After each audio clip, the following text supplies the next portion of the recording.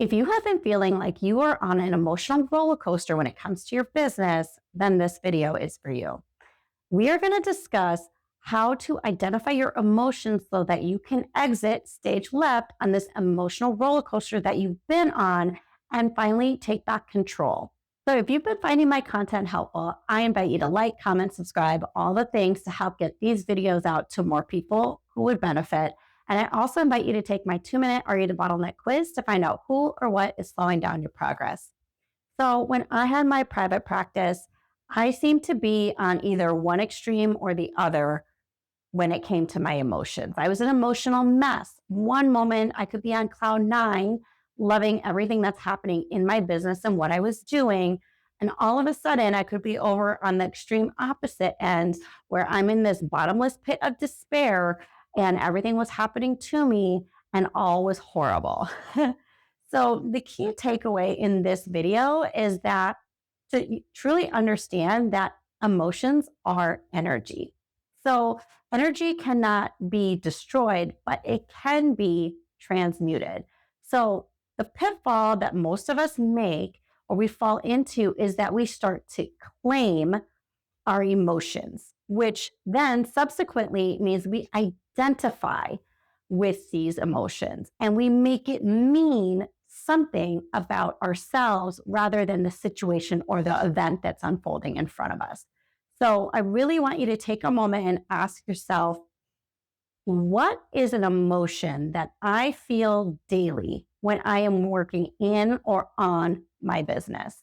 When I am done working for the day, what is the first emotion that I typically feel? So I have my lovely stick figure, and I don't know what I'm titling this video yet, but I really want to stress the totality of this video. We are going to talk about how it is not yours, meaning these emotions, you're feeling them, but they are not yours to claim. So, what I mean by this is when we say, hopefully you can read this, when we say, I am. So, we're going to dive deeper into this so that this really makes the most sense to you and you can implement this as quickly as today, because you may find that this is exactly what is happening. And we're going to explain why this is all happening. So, I just decided to take what I felt was like, there's more, but the 3 top emotions when we're burnt out and we're like the one person show in our business, typically what comes up the most, right? So, first one is being resentful, right? So, you're saying things like, I'm I am angry. I am frustrated. I am resentful, or and you're I aming things till you're blue in the face. And the idea throughout this entire video is that we're not claiming it, because when we claim something and we say I am blank or I am this emotion, you are taking on essentially an identity, and this becomes a pattern, and this patterns become habitual, right? So when we are resentful, and we might be actually resentful of, and this is not an all-inclusive list, right? We might be resentful of a particular client or clients. We might be resentful of insurance companies. We might even be resentful a little bit with our business and ourselves, maybe for lack of systems, lack of succinctness within our business, and feeling like we have to still do a lot of things manually. And then we start to feel like maybe this business or entrepreneurship in general is just not for me. But we are identifying and saying, I am angry, I am resentful, right? But it's not us, it's with the situation or the things externally to us that we are feeling these emotions. So I really want to preface before I go further that this is not in any way emotional bypassing, because I want to tie this all together, and I will at the end. The idea is you are going to feel these emotions. You are not a robot, and I'm not telling you not to feel your emotions. The key is not identifying as the emotion. It is not you. You are feeling these emotions. Okay. And there's tweaks in our language and how we see and perceive things, because it's really going to make a difference in your mind and in your perspective when you see that these nuances make all of the difference. So I had to say that. Now, the next one, we feel trapped. So you might say, I am, right? I am trapped or I am stuck, which is a lot of very common, right? I am stuck. Now, when we say that, we are taking on, I am stuck. I am trapped in my business. I am not seeing a way out. You are taking that on. And so what we want to do, we'll feel whatever those feelings are. So if we're feeling trapped, we are feeling stagnant, right? We are feeling maybe a little frustrated, maybe a little overwhelmed, maybe a little, I'm trying to think of a different adjacent to this, but the idea is you are feeling a different feeling. You are not trapped. You are feeling whatever emotion you are associating to feeling trapped. So you might be feeling fear. There we go. We're feeling fear. So instead of I am trapped, maybe you are feeling a degree of fear of, maybe you're feeling trapped because you're risking losing revenue, or that you're feeling like you're going to let people down if you don't do X, Y, and Z. So therefore, you're feeling trapped, but you're actually feeling whatever emotion it is because of this, again, a situation or situations externally to you. Idea again is I'm not trapped, right? We're not identifying as being someone who is trapped. We are feeling the emotion, whatever that is, because there's so many emotions that can fit into this category. But for sake of simplicity, we'll say we're feeling fear. Therefore, we're going to feel the fear. I am not trapped. I am feeling fear. So you really want to identify whatever this emotion is, not identifying with trapped or resentful. And the next one I picked was lonely. And that's not something that I don't think we may say out loud very often, but it's very prevalent, especially I would say in entrepreneurship in general, because unless we are actively networking, we've built this really great network system, a lot of us tend to feel very isolated. So we may be saying, I am lonely, or I am isolated, right? Or I am feeling alone. But we don't want to identify with that. We are feeling lonely, right? There is a feeling, there is an emotion. So it might be that you are a solopreneur, and so you are feeling like you are carrying this really heavy burden, right? Or that you are carrying it all by yourself and you have no one to share that burden with. You are or maybe not in a place yet to be able to delegate out or to hire on contractors or things like that. So really, you're feeling,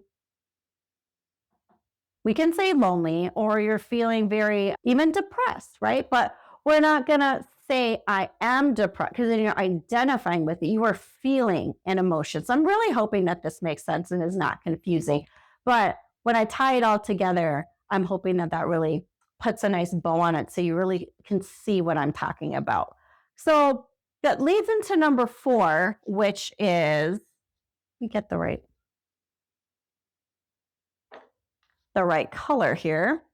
So number 4 is what I've been alluding to this whole time. So instead of saying I am,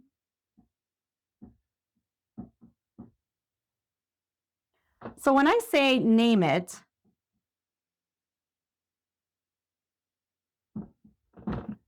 we're naming the emotion.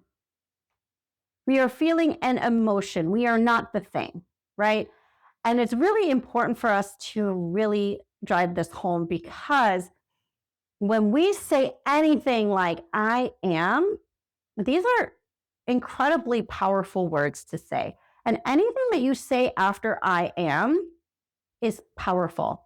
It is really directing and I've said this in one of my Fear Chronicles podcast episodes too, is directing your subconscious mind to identify and be as that. So when we are, I am resentful, I am trapped, I am lonely, I am depressed, you are identifying, you're claiming that, you're taking that on as an identity, as a piece of you. You are not that. What you are is feeling an emotion. So you need to get really clear on what the emotion is that you're feeling. So if you're feeling out of sorts, or you're feeling, not the greatest, you need to pause and take a minute and identify with yourself, what is the emotion that I am feeling? And name it. Then you are separating yourself in a sense that you're not that, you are feeling this emotion. Because what we're really want to drive home here for you is, you may not be able to read it, and that is okay. I'm going to tell you what it says, which is very messily, it's not a word, emotional intelligence. The key piece, especially in entrepreneurship, as we know that it is a very dynamic experience for a lot of us, and we are going to feel a lot of feelings, and we get tested, and there's so many lessons and all these things to learn. But we need to make sure that we are aware of and increase is our emotional intelligence. Understanding that we are not, we're not our thoughts, we are not our emotions. There needs to be a separation, conceptually, that we are feeling an emotion. So we name it, we identify it, we name it, and understand that we are feeling an emotion. So going back to what I said earlier in the video, which is emotions are energy in motion. So the idea is we don't stay there, right? So what we do is, again, because we're not robots, is we let those emotions flow through us. We feel the feelings. So whether that's fear, whether that's anger, whether that is loneliness, whatever the emotion is, we feel it and we let it flow through us. That is key. We don't identify that you are that, because you are not. You are feeling an emotion, but that is not who you are. That's not how you identify yourself. And that is just a part of being human, is we are feeling different emotions all the time. So even if on the positive end of it, I am happy, I am joyful, I am this, you are feeling that. So I feel happy, I feel joy, I feel love, I feel trapped. So these are feelings. It is not you, right? So increasing your emotional intelligence is really key. So if you have a hard time with getting through the emotion, you're like, Natasha, that's great, but like, I've been feeling this feeling for a really long time, or it gets really bad and I feel like I sit in it for a really long time. I'm going to give you some actionable advice right now. Is what you can do is literally try your best to let it flow through you. Maybe you journal a page, maybe you scream into a pillow. But the key thing is, if you just really want to help expedite this process, like if you're feeling like, oh my gosh, I'm feeling the feeling and I can't, it's distracting me. I feel like I'm not able to do all the things that I really want to get done. The quickest way to do this is to interrupt the pattern. So whatever that pattern, you know yourself best. So you know what your patterns are. So you might be somebody who will just ruminate on something maybe for a couple hours or the rest of the day. And then, before you know it, your whole day is gone. So you need to interrupt the pattern. So some of the quickest ways to do this is, well, stop doing whatever it is that you're doing. So if you're actually still trying to work, or you're sitting there and you're in your thoughts and in your head, stop and do something completely different. Something that you probably just don't even do normally. So I'm going to tell you to get outside. Nature and getting out and just being outside and getting some fresh air is literally one of the quickest ways. Honestly, go on a walk, whether that's inside or outside. Outside is better, but if you can't, inside. So if you get a walking pad, do that. It's the best investment I ever made. And to play. So whatever play means for you, it doesn't mean have to sit down and like actually play with toys or anything, but whatever play means for you. So these are a lot of the quickest ways to get you out of whatever when you feel like you can't like flow through the emotion on your own. But really, again, there's no emotional bypassing here. I do want you to understand that it's really about increasing your emotional intelligence. And when you become aware and you stop identifying and claiming those emotions as you and identifying it as part of yourself, you're going to be that much closer to being able to take back control of your life, your emotions, your business, because it's not about not feeling the feelings. It's about letting those feelings run its course. If you need to close a loop in your brain, then that's what you need to do. And I've talked about that in previous videos and Fear Chronicle podcast episodes. Or what one key thing that you can do is because sometimes your brain is going to loop. So what you need to do to close the loop is your brain has a beginning, middle, and an end.